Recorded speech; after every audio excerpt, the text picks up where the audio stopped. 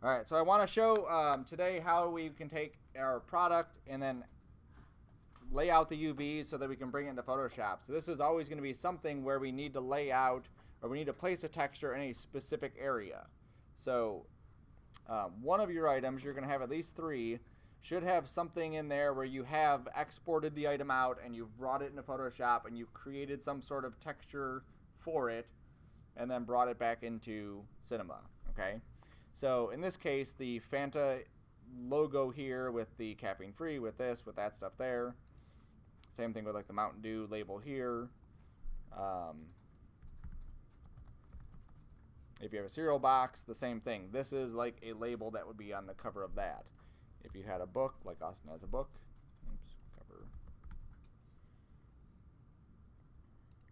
So like this is a perfect example of a texture that you could use as a book texture example, okay? So I'm going to use Maya for the start of this just because Maya has better layout stuff, and then I'll show how to do it inside Cinema. So this is going to be theoretical in Maya for now. So the idea with this is that we have an item, and we want to put a picture on this item, and we want to lay it out perfectly. So if I grabbed, and this is what's neat about Google and all this, is that if I go to PopCan label, you can just grab a label. Okay, now for yours, I want you to actually build something. I don't want you just to grab something. For the lecture, I'm just grabbing something. And where am I at? There, product, textures. All right, so I'm just dropping that into my Coke can thing. Okay, so if I assign a material in here,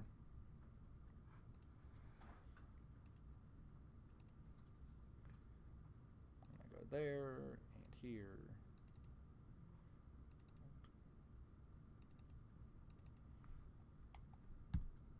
Okay, that's how it comes in.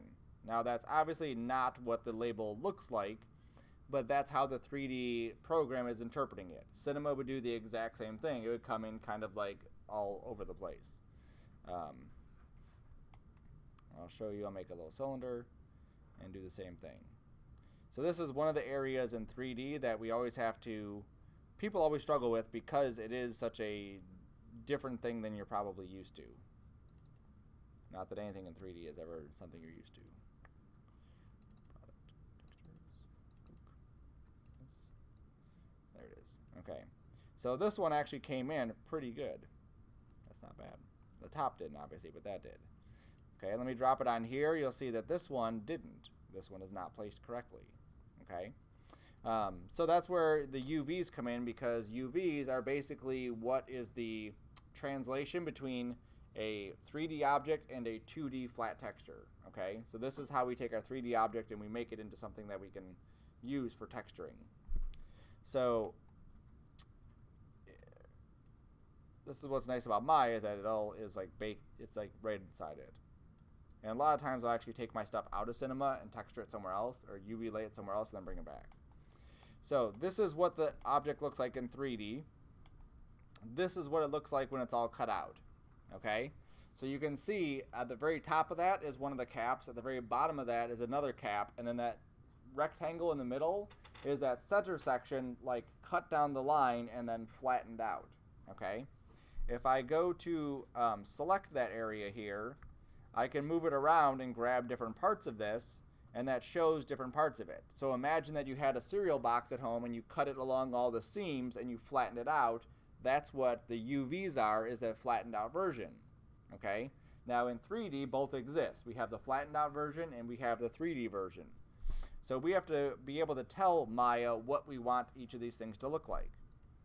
So if I just kind of set these two off to the side for now, and I scaled this up, and I stretch this out,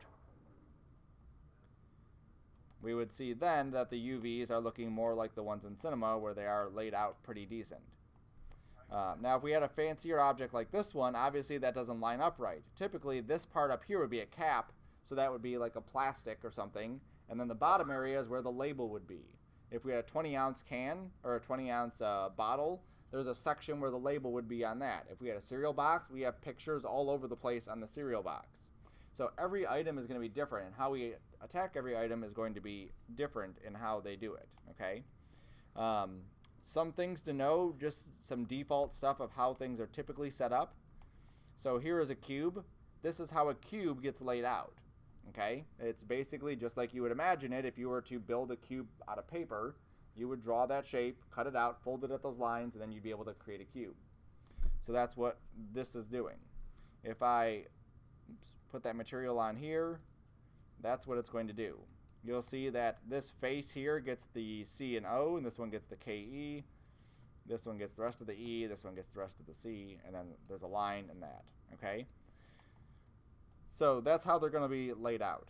So depending on what items you have, they're going to be set up a bit different. So for something like a cylinder, you typically have the top and bottom. That's what these two pieces are. And the top piece is typically, like if it was a can, like a pop can, that would just be like a metal texture altogether. So it would just be some sort of metally texture.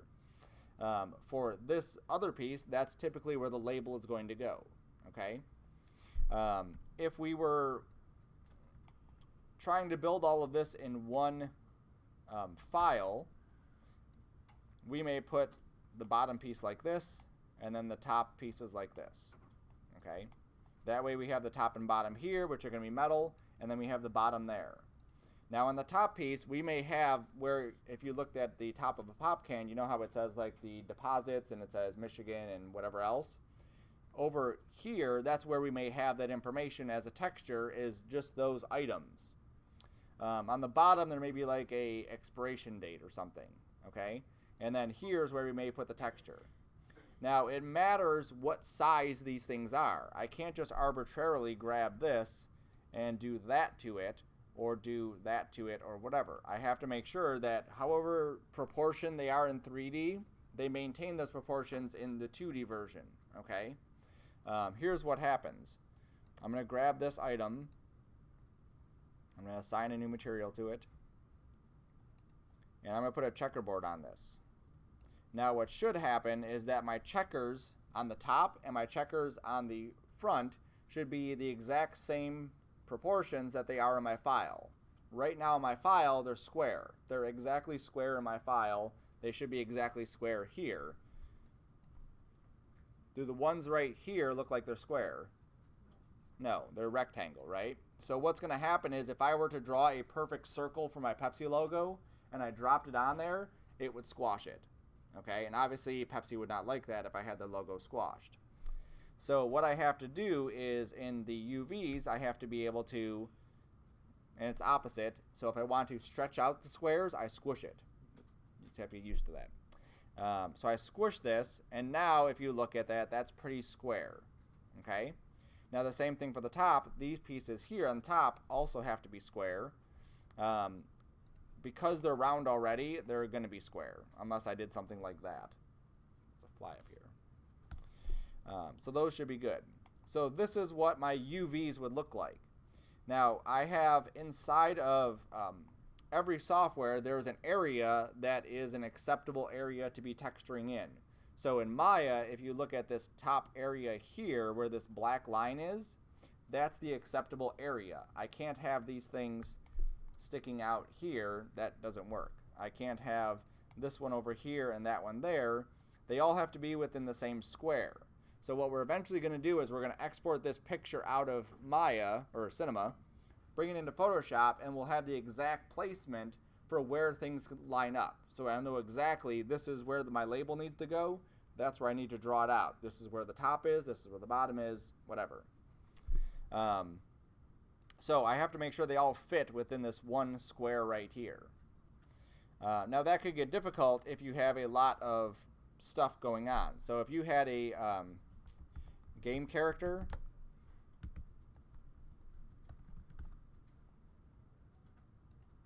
here's all the pieces for that game character laid out flat, and then you'll see again how they're set up in just that square spot. Same thing here, same thing here, same thing here, same thing here. Every texture you create is going to be a square texture, okay? Proportionately square texture, because of how this is set up. Now, the other thing we have to keep in mind is sizing, right? So if I take this one and I shrink this down like that, and I take these two and I scale them up, like this one up really big. I take this one and I shrink that down like that. And I'm just going to give myself a bit more repetitions on my squares here, like 30 and 30. Cool. Okay. So if we look at the size of the squares here, these are still square, these are still square, and these are still square. So every piece of this is still square. But the problem is that they're not uniformly sized, right? That's obvious. These are small, these are big, and these are medium sized. So what would happen is if I went into Photoshop and I created this picture of my label, one item is going to be crystal clear, one item is going to be a little bit fuzzy, and the other item is going to be a lot fuzzy. So we always want to prioritize where our texture should be. In Photoshop, when you make a document, you go to File, New. There's a spot there where you punch in some dimensions, right? So like inches, dots per inch, all that stuff. In 3D, we don't care about dots per inch. All we care about is actual pixel count. So typically 4,000 pixels wide, 4,000 pixels tall. So just to show you, if I went to a new document, and be very careful with this because people screw this up all the time, is that they don't put pixels, they put inches. So they end up with 4,000 inches by 4,000 inches. Yeah.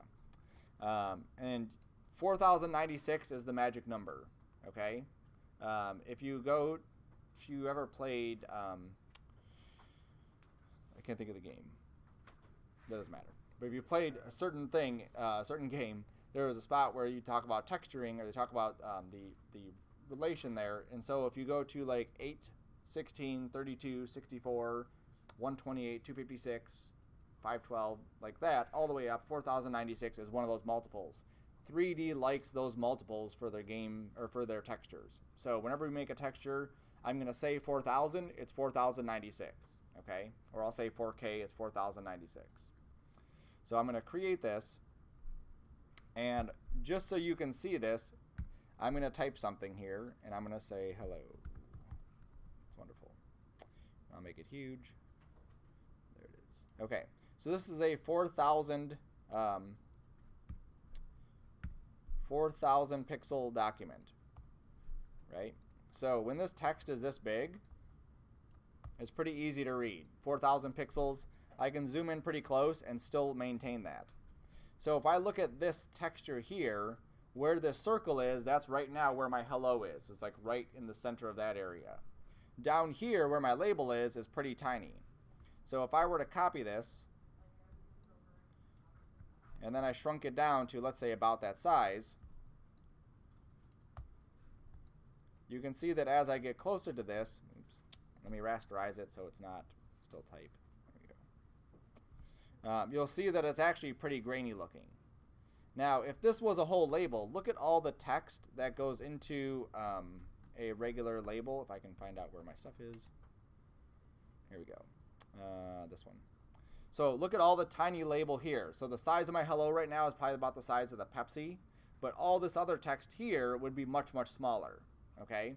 So what would happen is if I put this texture onto my object, my label would be completely fuzzy and it'd be very difficult to read. All my hard work of modeling has just been gone down the toilet because I don't have a nice texture on it. Okay, so we always want to make sure that our UVs are proportionately sized. Okay, and you'll see this throughout everything that you're going to do. If you look at any of these textures here, this one here, you see the colored checkers. That way they can see exactly where it is on their UV map.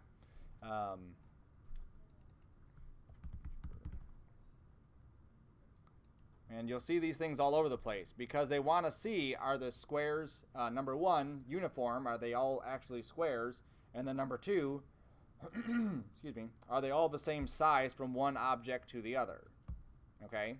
Now imagine you have a character and one area is really, really big, so the squares are super small. One area is really big squares. What could happen is, let's say on the arm, really nice texture and then really horrible texture because those two textures blending together have different resolutions per part. Okay, So it's more important when you do something like that, when you're blending pieces together, but equally important when we're doing this, just because we want to make sure everything looks nice. Cool. All right. So now, Maya has a bunch of tools built into it. Cinema, they're in a different spot. So let's get to Cinema so we can actually see how to adjust these.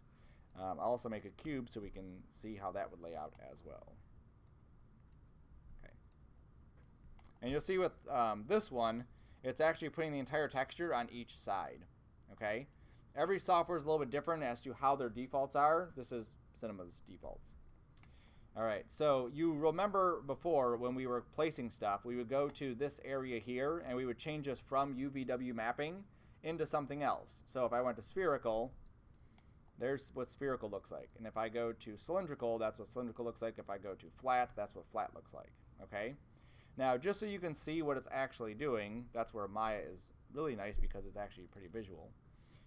If I went here to spherical,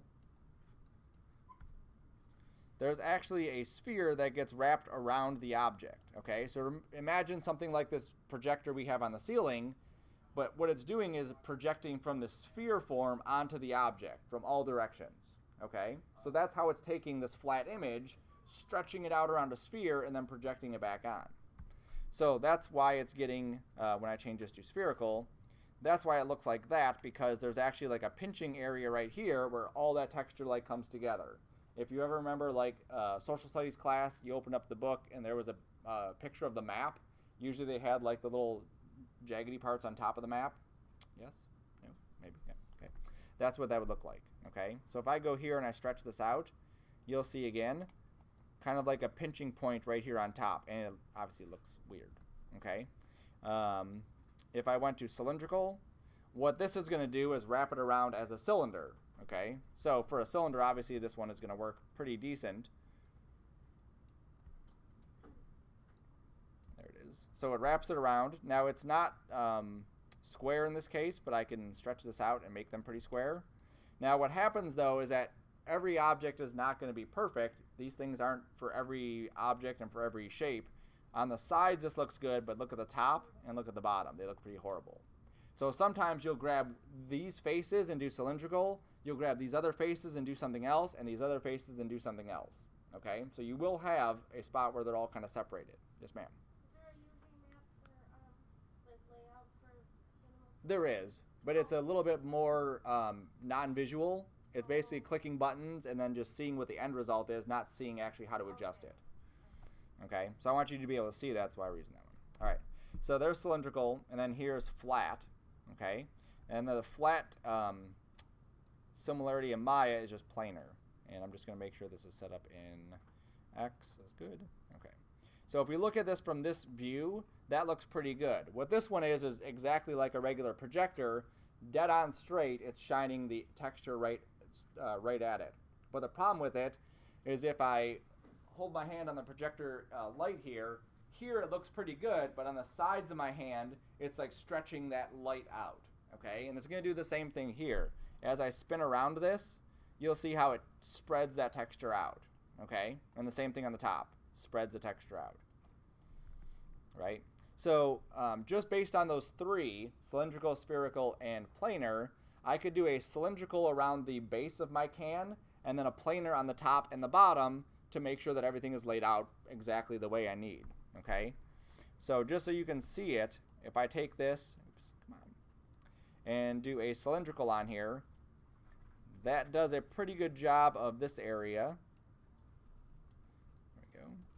And then if I grab the top face and the bottom face here, and then I do a planar map,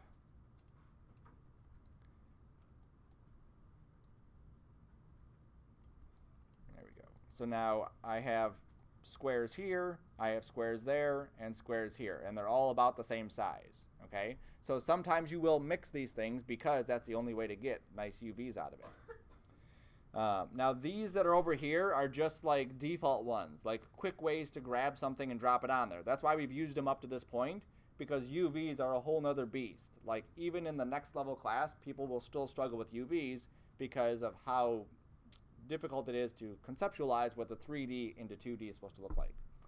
There's also a cubic one in here. Maya does not have, as one of these items, a cubic projection. It kind of does, but not perfectly. What this one is doing is any face that is facing this direction gets a planar map this way. Anyone facing this direction gets a planar map this way. Anyone facing this direction gets a planar map that way. So it automatically projects it based on which direction the faces are going. Now Maya, they just call that automatic. And what you'll see is I have more options. I have 6, in this case 6 planes, and I'll project it. And what you'll see is, for the most part, this looks pretty good. You can see all the planes and how each one is projecting on there. If I look at the UVs for this, they still look like they're pretty decently laid out, you know. But there are some spots, like right here, where the UVs are kind of stretching, where there isn't a specific direction as to which face it would go to, that it does kind of streak out a little bit. Now they do have, under those options, I could put this at 12, and what it would do is it would project 12 planes. And again, based on which direction the faces are facing is which one it would get, okay? So that's what cubic does in here. Frontal is whatever the camera is facing. So we're looking at it right now. That's where imagine the texture is right on top of our screen, but the item is kind of like showing us where it's at or making it visible like a mask. That's what it's doing. So I can see the entire texture. It's just locked into whatever my camera is seeing. There are some cool, I've seen some cool demo reels where they use this with some other stuff and it turns out really neat. But obviously this doesn't work for us. If your camera moves, then the texture is going to move too. If I just move the camera, you can see how that texture is staying in the exact same spot. Then there's spatial, which is kind of like a, let me try to figure it out thing. Shrink wrapping, camera mapping, and then shrink wrapping. Okay, so those are other ones. Now, in order to do any UV layout inside of Cinema, we have to make sure that this thing says UV mapping. If I have this cylinder, if I have this set to cylinder, it's going to be cylinder. I can't change the UVs for it because it's not reading the UVs. I have to make sure that it says UV mapping, UVW mapping, and then I can adjust it. So I just want to make sure that all these say UVW mapping, and they do. Cool. So now here's where it gets different, is that in Cinema you have these layouts, and you may have already played with them or looked at them or accidentally switched over. I'm going to go to a BP UV edit, and now this is going to allow me to edit what the UVs look like. Okay, so you'll notice that my menu bar up here has changed. My menu on the side has changed. You can edit UVs and paint UVs right inside Cinema. So I could actually go through and draw in like certain spots. Like if I knew I had a can and I wanted a bullet hole in it, right? I could just put a little marker inside here and say I want a bullet hole. Then when I go into Photoshop, I can drop a picture of a bullet hole right there in that spot. Okay. So up here at the top, these are selecting the UVs. These are selecting, just like we had before, edges, faces, and points in an object. So in this case, I'm going to start with the cube, and I'm going to go to the faces, and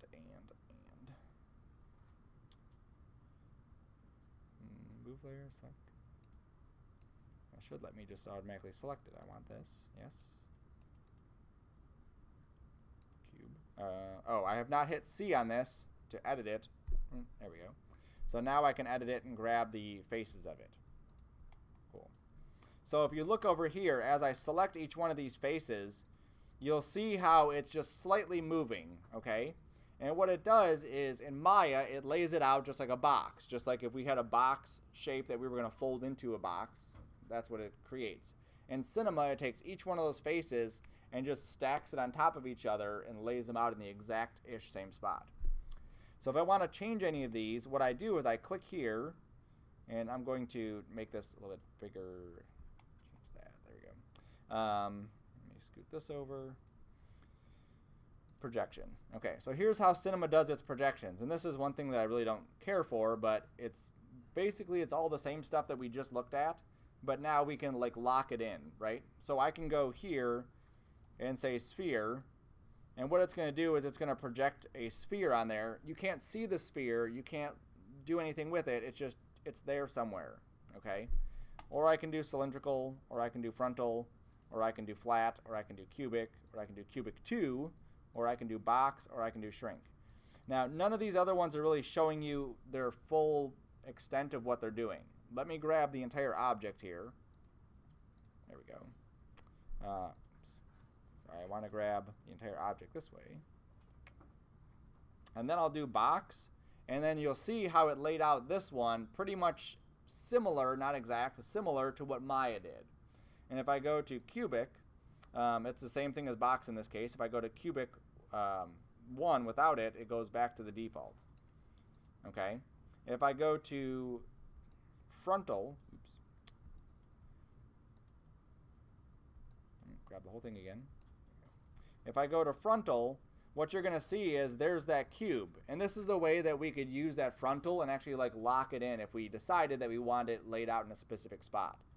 Where I could use something like this is if I had, eventually we'll do a vehicle type thing. If I had a specific spot I wanted a logo to be, I could zoom in on that spot, grab the faces, and do frontal, and it would project it right there, okay? As opposed to having to lay it out or move it around.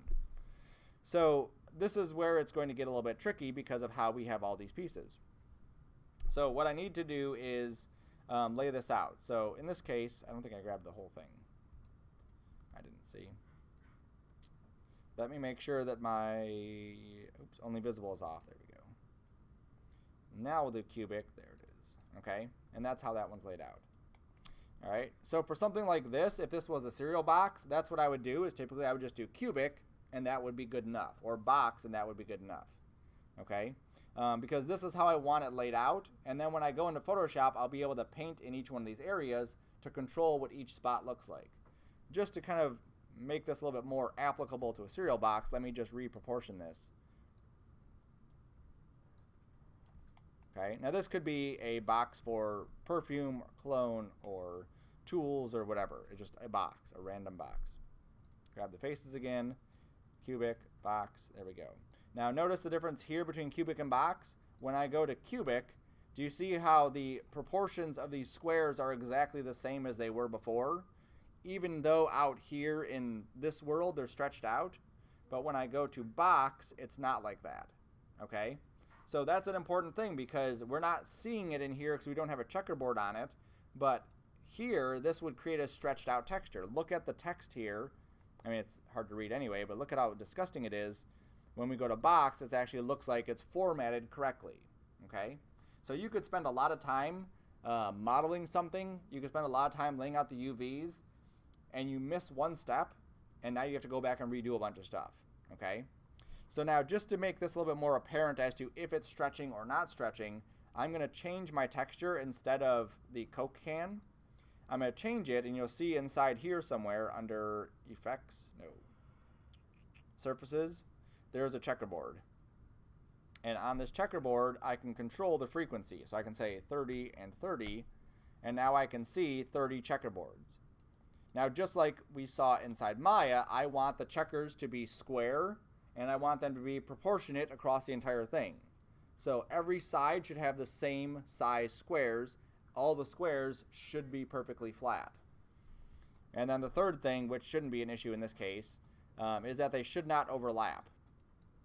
Okay? Why? Just using the checkerboard as like a guide to see how you're doing it. Yep, that's all it is. It's just a guide, and then I'll put my new texture to like overwrite it. Okay? So if we look at the UVs here, you'll see this here, this here, this here. If you can visualize it, one piece is the front. Let's use our cube.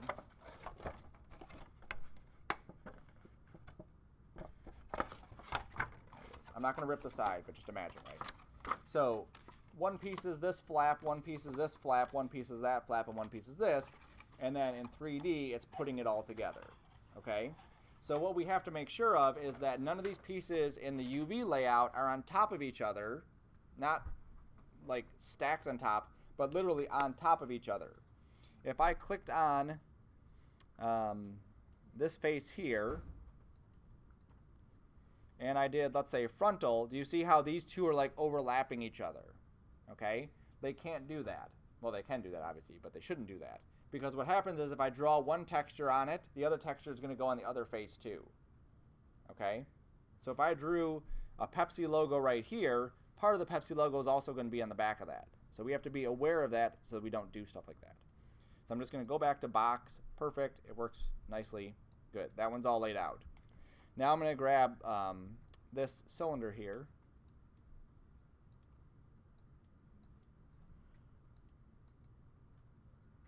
Oops, I'll hit C again because I didn't hit C before. Did you get that UV map up there? You have to make sure you switch your layout. That's the tricky thing. Like Maya, it's just like boom, UVs, and you can edit them right there. Okay, so with this one, again, these are already pretty laid out, but not exactly as I want them to be.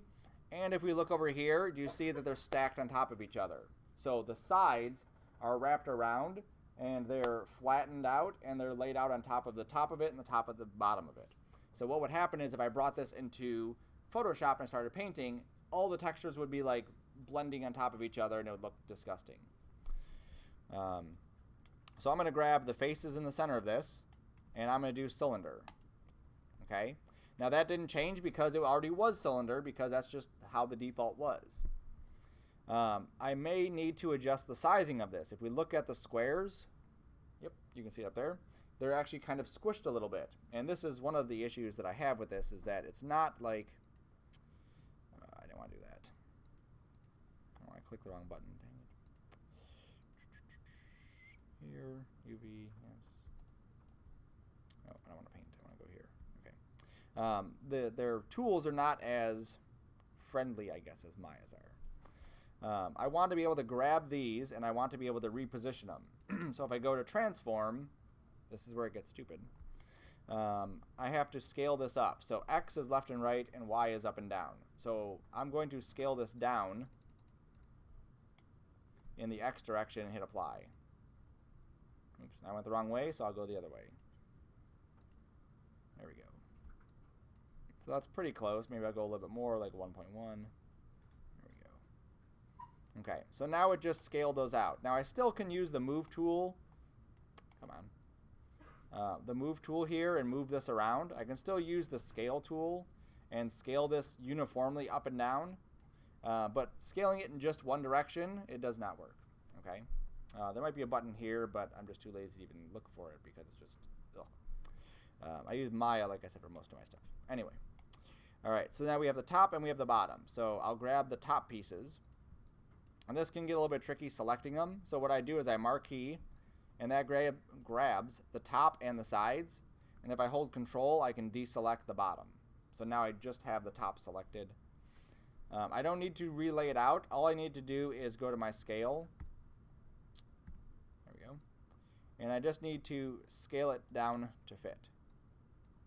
Okay, so that the size of all of them are the same. So I'm just scaling it down, scaling it down. That's good. Okay, then I'll move it over here, just get out of the way. Then I'll grab this one and do the same thing. Now, because they're both cylinders, these should be about the same size, so I kind of use the one as reference. There we go. Okay, so now I have my UVs laid out for this. So then I can grab them and then move them into this spot. Now, if they're too big for this spot, or they're too small for the spot, I can scale them down. And like I said, we have to get them to fit in that area. There we go. So now these two pieces and this fit in that area. Okay? So that's pretty good there. And now we'll go to this one. So I'll go to the cylinder. You want to typically do this before you do any subdivisions. Okay? So before you start smoothing your stuff out like crazy, do this before you do that, because otherwise you're going to be dealing with this many divisions on there. If I hit C, you'll see it. Drop this there. There we go. With this many divisions on here, and that's a lot harder to look at. Okay? So typically you want to do it before you do your subdivisions, and that'll be nice. Okay. So now with this specific one, we have a special case here because we're mixing textures now. So the top of this area, I probably won't have any actual physical textures to it. I'll probably just have a flat color. So if this is a hand lotion pump, which is what it kind of looks like, then the top area would basically be just like a solid off-white color, let's say, okay? And that solid off-white color will probably still be there until about the top of this. And then way down here in the bottom, same thing, probably a solid off-white color or something at the bottom. My label is going to be mainly in the center, okay? So now we're getting into more customizing our stuff for a specific item. So I'm going to go back to my selection tool, and I'm going to go to like a front view or side view so it's much easier to select. Turn off my subdivision, go to my cylinder, there we go. Okay, so this area here, come on, there we go. This area here and probably one more row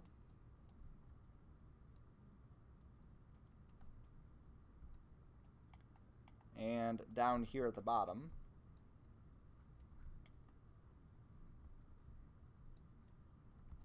All right, all of these would probably be just a solid color, okay? No texture on them. And when I say texture, I'm talking about something we would go into Photoshop and actually paint and then bring it back in, okay, or Illustrator. So what I'm going to do with all of these is I'm just going to go to my projection and just do a, whichever one is the least messy. Probably side. I can probably just go like flat or frontal. There we go. I'll just do frontal, and that's perfect. It's just like something, and I'll just keep it out of the way, okay? I could even grab these pieces and move this up so that they're by each other, and whatever that is.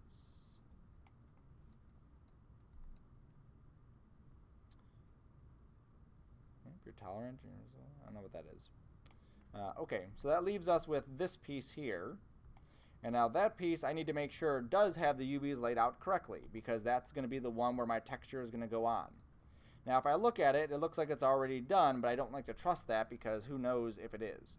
So I always do a, some sort of projection on it, and then I'll come into my transform and start adjusting it. Okay, so if you don't know which way to go, just go one way. Just go like, in this case I went with 1.1 in X, and I just keep hitting apply, and every time it scales at 1.1, 1.1, 1.1. All right, once it's happy, they look like they're pretty square, then I'll uniformly scale it down, and then I'll just kind of nudge it up a little bit. I don't like the stuff to be like right on the bottom. And then I'll grab these pieces and just slide these pieces in here.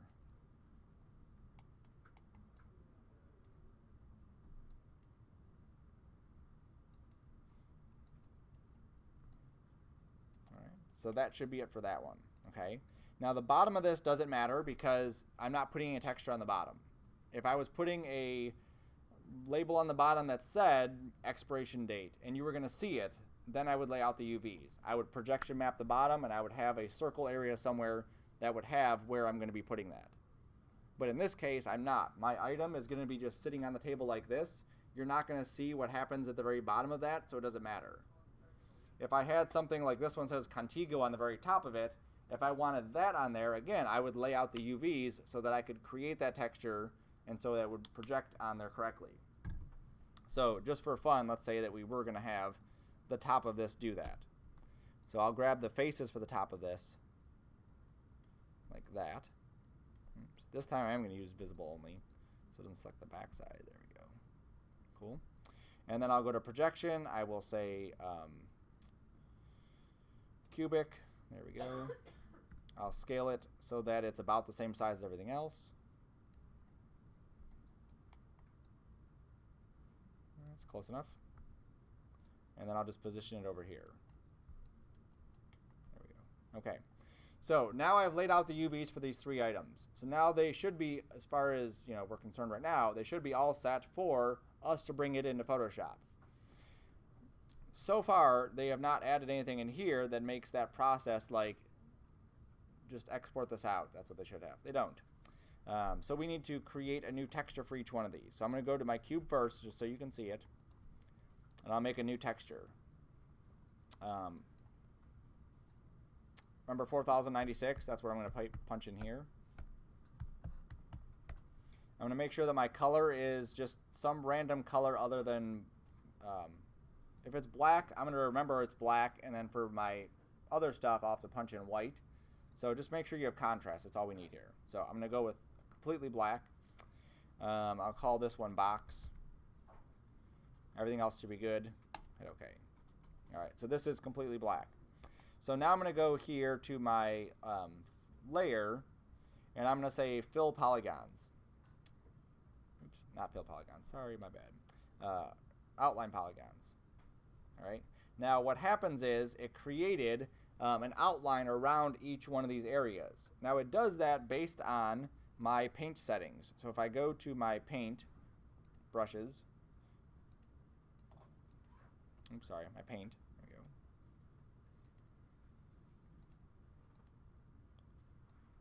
Where are you at? There. Yes. Tag, basic coordinates. Where's my brush? There it is. Here's my color. There's the color I chose. So if I were to have painted black and I had a black background, I would not see anything. So when I go into Photoshop, it'll be blank. I have to make sure that I'm painting a different color. So in this case, I'm painting white on top of black. So I just go back to layer. I just go back to create. Make sure it's selected. There we go. Layer, outline polygons. Boom, done. And then I can save the texture as a TIFF. And then it says, where do you want this? So I'm just going to put this inside of my folder. 2510, product, textures. And it's going to call it box because that's what I called it originally. All right, so now let's jump into Photoshop real quick. And if I go and find here, and I go and find, oh, that's not the right folder. There.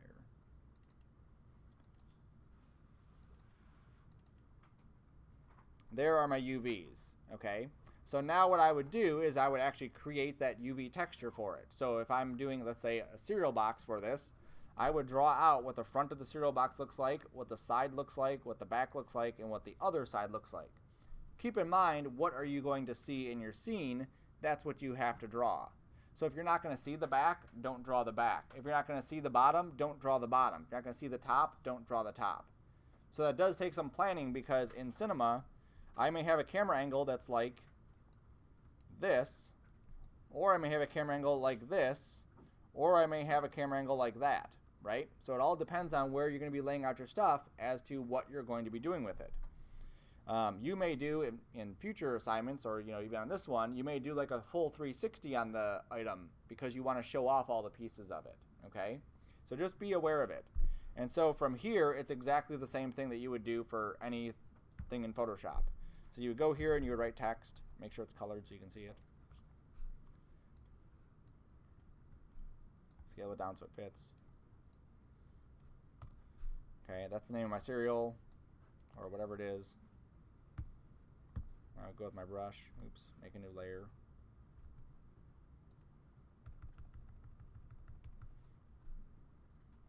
Wonderful. Okay, so that's the front of my box. Here's the side of the box. Now for something like the side of the box, if you wanted to get the, let's say this is cereal, you want the nutritional information, there's a lot of free stuff out here. So you can go to your tools and find usage rights. You label it for non-commercial with modifications. And you may be able to find one that you could just grab and drop inside there instead of having to type out all that information. Okay? You can use InDesign, you can use Illustrator, so if you want to use either of those programs, you can do that too. Come on. I'll just copy this. I'm going to paste it. There it is.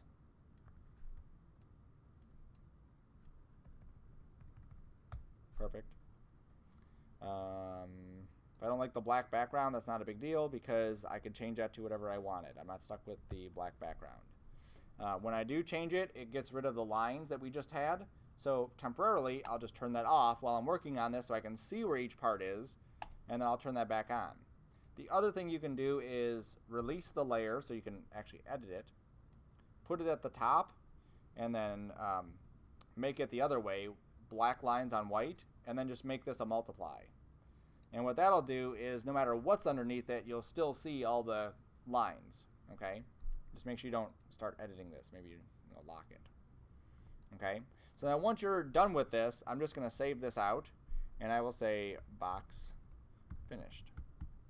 You don't want the layers when you bring it back in. You want to keep it as just a flat image. You want to save it as either a TIFF or a Targa. Don't save it as a JPEG because JPEGs lose quality. Don't save it as a PSD. That's way too big. Save it as a TIFF or a Targa. I recommend you saving it as a PSD for your own files in case you need to come back and edit it, but that should be it. All right, so now when I go back to Cinema, I'm done with the UV edit, so I can just switch this back to standard. I'll make a new material. I'll drop it onto box. And then I'll load in that box finished. Yes. And if you look at it, there's my nutritional facts. And there's my stuff. Right? Now, the fact that it's on the opposite side isn't a big deal. I have a rotate tool. I can just spin the box around so that it is facing the correct direction. Okay? So now all the other stuff is going to be the exact same way. So I'm going to jump back to UV Edit. I'll go to my second cylinder here, which is this one. I'll go to my selection. Make sure this is visible is off. I'll make a new texture for this. I'll call this cylinder plane 4096. This one time I'll go with a white background. That's no big deal. And then I have to go to my colors and choose black so that when I paint it, when I do the outline, it fills it in black. Outline polygons, boom. And then save texture. Yes. Cylinder plane. And then now when I go into Photoshop, I should see white with a black, okay, or black with a white. And then again, I'll lay out my texture how I want that label, how I want that to be laid out. Same thing with this piece. Go back to my objects, go back to my cylinder. There we go. New texture. Pump.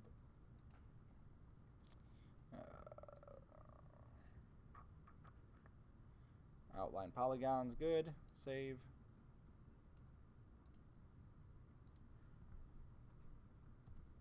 And now I can open up the pump, and there's my stuff. Now you'll notice that this line right here, if we go back to Cinema, see how there's a line there and a line there? I believe that's from when I was selecting it. It wasn't selecting the flat faces. For whatever reason, it was just being stupid. But they're outside here, so what happens is it moves them back into that position, okay? Because this square, we can't see it, but it's actually being repeated over and over and over again. So the fact that it's outside doesn't mean anything. It's just going to repeat that same texture on top of it. Because it's not a scene item, I don't care about it. If it is something I see, I'll tweak it later and move it. So in this case, we have something that's a little bit different because we have items that are flat colored and we have items that are labeled. So I'm going to do the same thing I did here. I'm going to take this one, set this to multiply, lock it so I don't ruin it. And then all my other layers will be underneath. So I'll just take this one, and this is going to be my flat color. So let's say that I want the pump to be, like I said, kind of like an off-whitish color. So something like that. So I'm just going to fill this area with that off-white color. Okay? And I can even use, just so it's not super sloppy. Come on. I'll grab all this and just fill it with that solid color. Okay? So what's going to happen when I bring this back into Cinema is that color will just come from these parts here. Okay? It'll just automatically grab whatever color is up here, and that's what it'll have. And then down here, that's where I'll design that label. Now, not to go through the entire process of designing the label, but let's just for ease of seeing it work, and function label.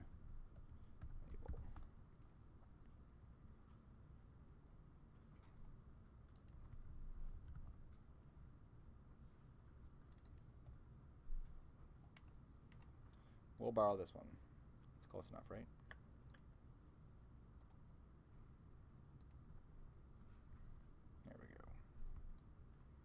Okay. This is typically why you want to create your own anyway, because you're going to have obviously limitations as to what you're going to be able to find, and the quality is not going to be great. I mean, if you look at how grainy that is, that's pretty disgusting. Okay. So now if I save this and I call this pump finished, no layers as a TIFF, I go back into Cinema, I switch this back to standard, I make a new texture, drop it onto that. And then I just go find that pump finished. You'll see how it lays it out right on top of there. Okay, and you'll also see if I deselect it, how we now have that color from that file. I guess I can make it more obvious, right? There we go. And then to update, this is all I do. I just resave it as a TIFF. Box finished, there's no pump finished, there we go. No layers. Yes, okie dokie. Go back into Cinema.